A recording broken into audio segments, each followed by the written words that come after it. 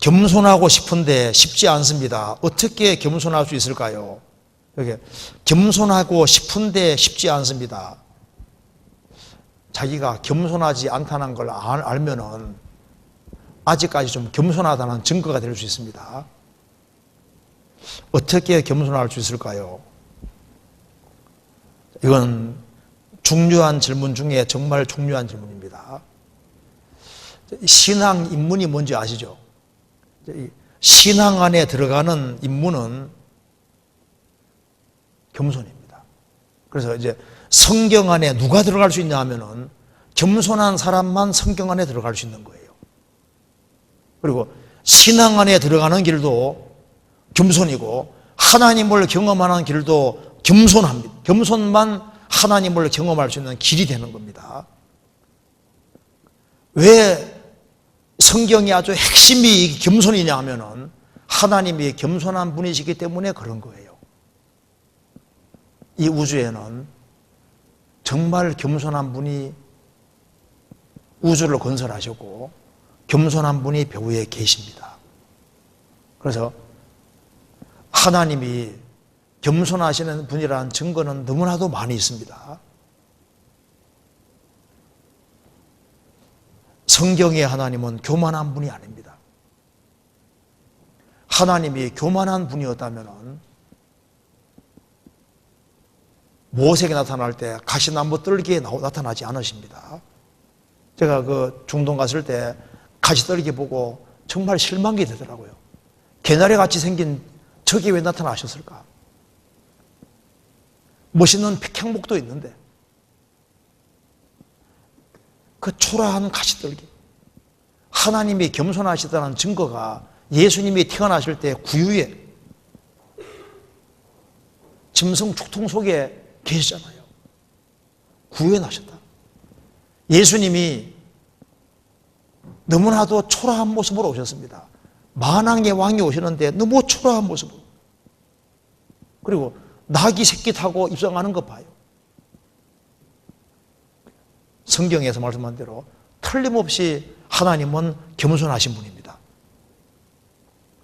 그래서 하나님과 접촉할 수 있는 길이 뭐냐 하면은 마음 낮추는 사람은 틀림없이 하나님과 접촉할 수 있게 되는 거예요. 그래서 이제 겸손하고 싶다. 그렇죠. 이게 겸손이 그렇게 중요한 것입니다. 왜냐하면 이제 우리가 신앙생활에 어떤 활력을 얻고 힘을 얻는 것은 하나님과 접촉이 되어야 되는데 마음을 낮추는 사람은 틀림없이 하나님과 접촉이 가능한 거예요.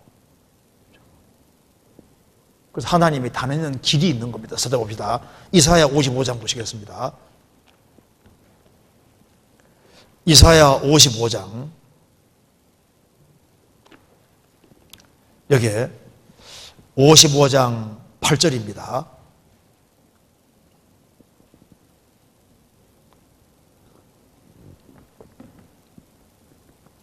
여호와의 말씀에 내 생각은 너희 생각과 다르며 내 길은 너희 길과 달라서 하늘이 땅보다 높은 같이 내 길은 너희 길보다 높으며 내 생각은 너희 생각보다 높으니라. 이 말씀 보면은 하나님의 생각과 사람의 생각은 다르고 하나님의 생각은 사람 생각보다 높다는 겁니다.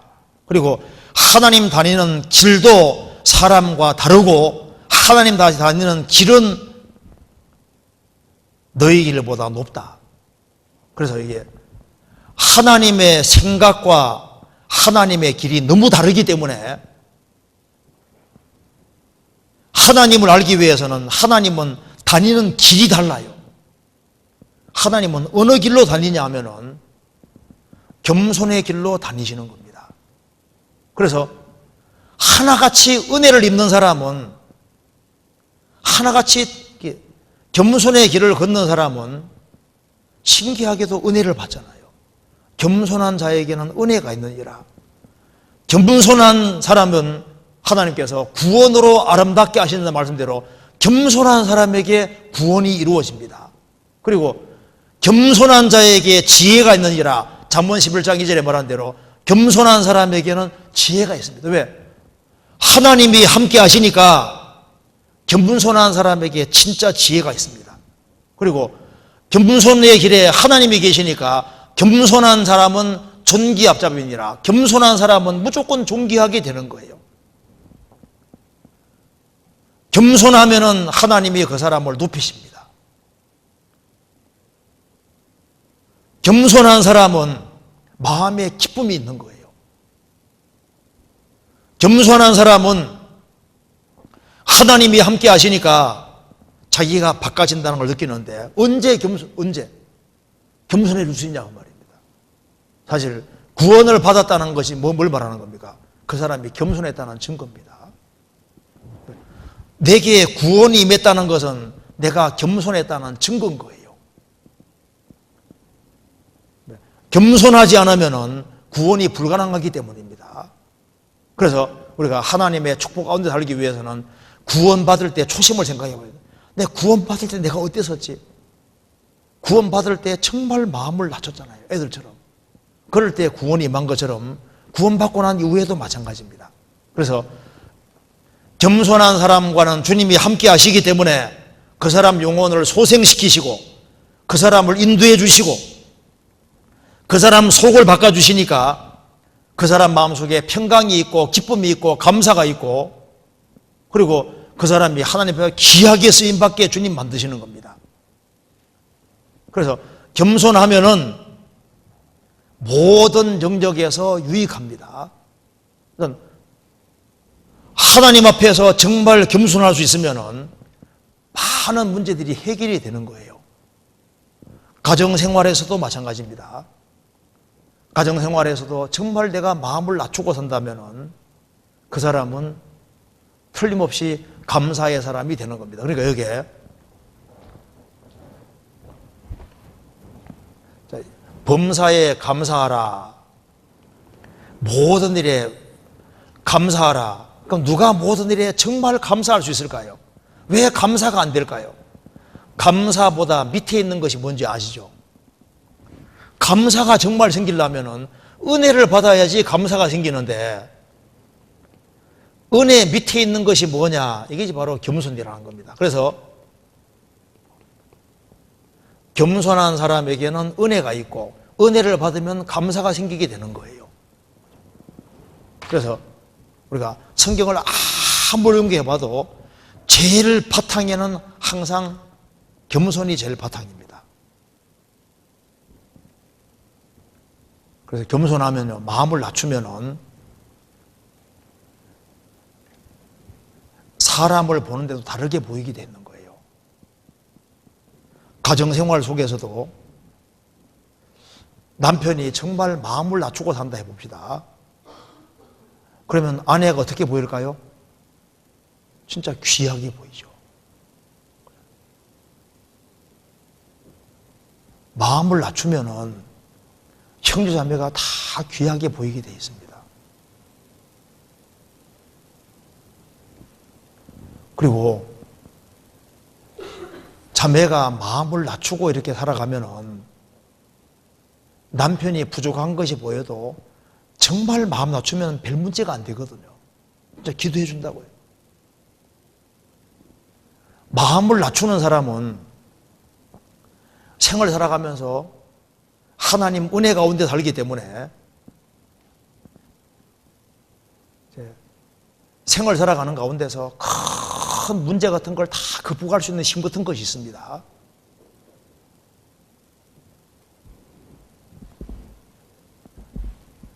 이렇게 생각해 볼까요? 지금 우리는 몸이 있지 않습니까? 이게 대체로 건강하지 않습니까?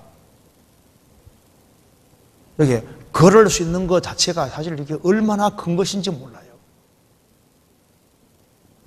중풍병 환자, 걷지 못하는 그분들은 걸을 수만 있다면은 내 전 재산을 내가 다 줄 수도 있겠다. 노인들은 내가 다시 젊어질 수만 있다면은 내 전 재산을 내가 다 줄 수도 있다. 젊다는 것이 얼마나 큰 축복입니까? 그리고 그럴 수 있다는 것이 얼마나 큰 축복이에요. 우리가 보면은 아무리 생각해도 마음을 많이 높이고 있습니다.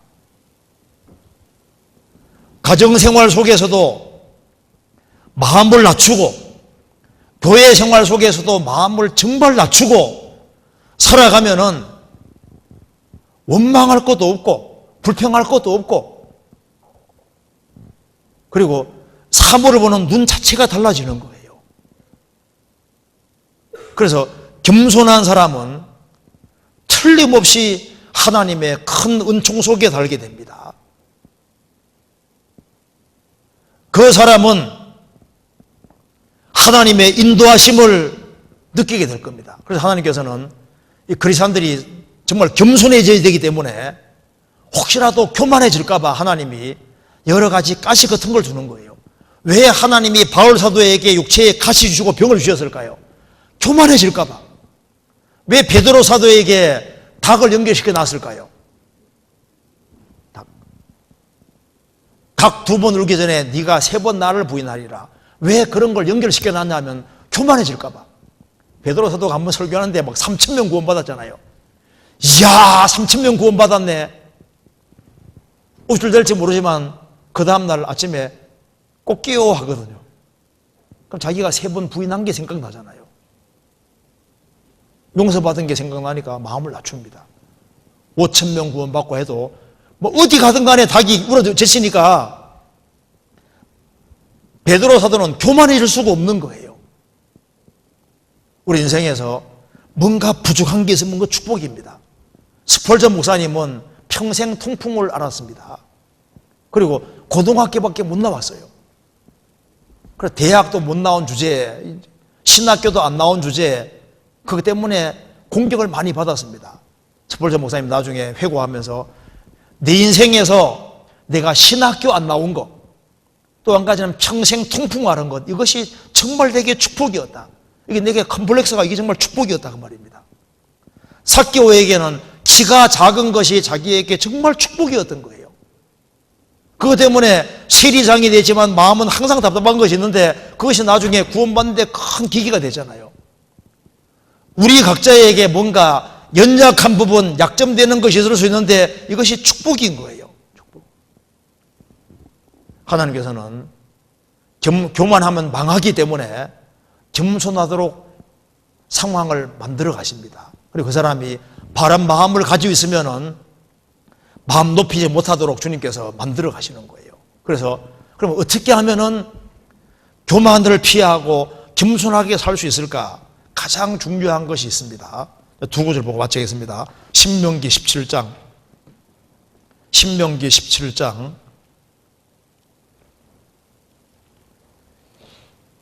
어떻게 하면 겸손할 수 있을까? 17장 19절입니다.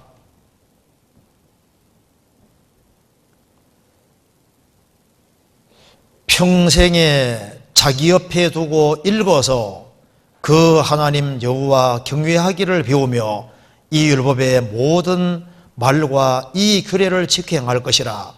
그리하면 그의 마음이 그 형제 위에 교만하지 아니하고 이 명령에 서나 좌로나로나 치우치지 아니하리니. 이 말씀 보면은 평생에 자기 옆에 두고 읽어서 하나님 경외하기를 배우고 이 율법의 모든 말과 규례에 지켜 행할 것이라.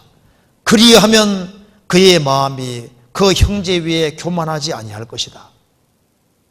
그러니까 교만을 막는 제일 좋은 길이 평생에 자기 옆에 두고 성경을 배우고 하나님 경외하기를 배우고 말씀 가운데 살기를 힘쓰는 사람, 그런 사람은 교만을 막을 수 있게 되는 겁니다. 디모데전서 6장 보시겠습니다.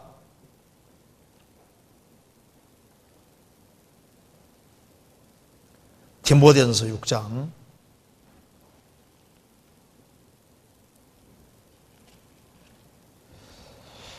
3절입니다. 누구든지 다른 교훈을 하며 바른 말 곧 우리 주 예수 그리스도의 말씀과 경건에 관한 교훈에 창념치 아니하면 저는 교만하여 아무것도 알지 못하고. 이 말씀 보면은 다른 교훈을 하며 바른 말 곧 우리 주 예수 그리스도의 말씀과 경건에 관한 교훈에 창념하면은 겸손하게 되는데, 창념치 아니하면 저는 교만하여. 그러니까 교만을 막는 길이 뭔지 성경에 분명히 말하고 있죠. 하나님 말씀을 가까이 하는 겁니다. 하나님은 말씀으로 나타나시기 때문에 하나님 말씀을 가까이 하는 사람은 하나님께서 하나님 말씀으로 그 사람을 겸손케 만들어 주십니다. 마음을 낮추게 만들어 주는 거예요. 그래서 그 사람이 생활을 힘있게 살 수 있게 되는 겁니다. 그래서 마음을 낮추면은,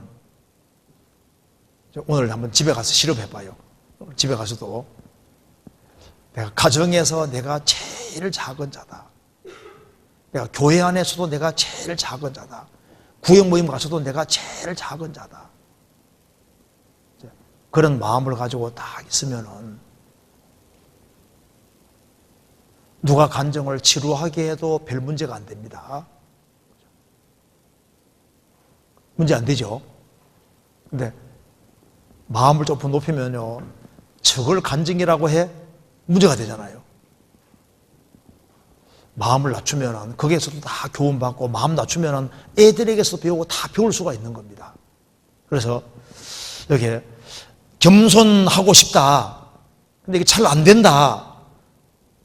그럼 어떻게 하면 되느냐? 겸손 중에서 제일 좋은 방법이, 마음을 낮추는 제일 좋은 방법이 성경에 말한 대로 하나님 말씀을 배우고 하나님 말씀을 지키려 하면 자기가 못하는 게 너무 많은 걸 알 수 있는 거예요. 그래서 잘 못 살아가는 사람 보면요, 무조건 지적하는 것이 아니고 말씀을 지켜보면 이게 쉽지 않지 않습니까? 그러니까 다른 사람 부족도 이해하게 되고, 그런데 하나님 말씀을 가까이 하지 않는 사람은 자기 스스로가 딱 교만해져서 막 남을 함부로 판단하고 하는데, 그게 교만해져서 증거입니다. 그래서 겸손한 자에게는 은혜가 있는지라. 그래서 바울 사도가 모든 형제 중에 지극히 작은 자보다 더 작은 자라고 말한 것처럼, 우리가 하나님 만든 세계 속에 살기 때문에 마음을 정말 낮추어서 생활을 살면요, 하나님의 은혜를 특별히 받을 수 있습니다.